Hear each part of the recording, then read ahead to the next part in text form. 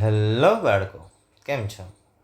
આજે આપણે ધોરણ 8 ગણિતમાં સ્વાધ્યાય 1.1 એનો દાખલા નંબર 3 છે શીખવાના છે.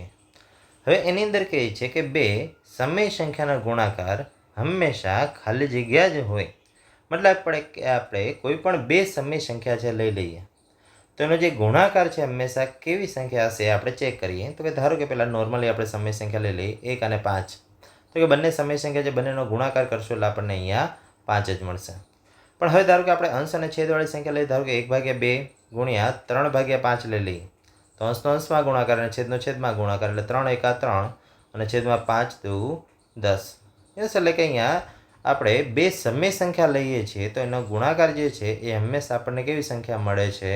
સમય સંખ્યા મળે છે. યસ, એટલે કે તેથી આપણે અહીંયા લખી શકાય કે કોઈ પણ બે સમય સંખ્યાનો ગુણાકાર એ હંમેશા શું થશે? તો કે સમય સંખ્યા જ મળશે. એટલે અહીંયા જવાબમાં લખી નાખીએ કે બે સમય સંખ્યાનો ગુણાકાર હંમેશા સમય સંખ્યા જ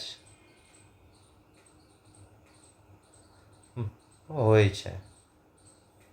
યસ, એટલે અહીંયા આ ત્રીજો દાખલો છે એ પૂર્ણ થાય છે. થેન્ક યુ બાળકો. મળીએ નેક્સ્ટ વિડીયોમાં નેક્સ્ટ દાખલા સાથે.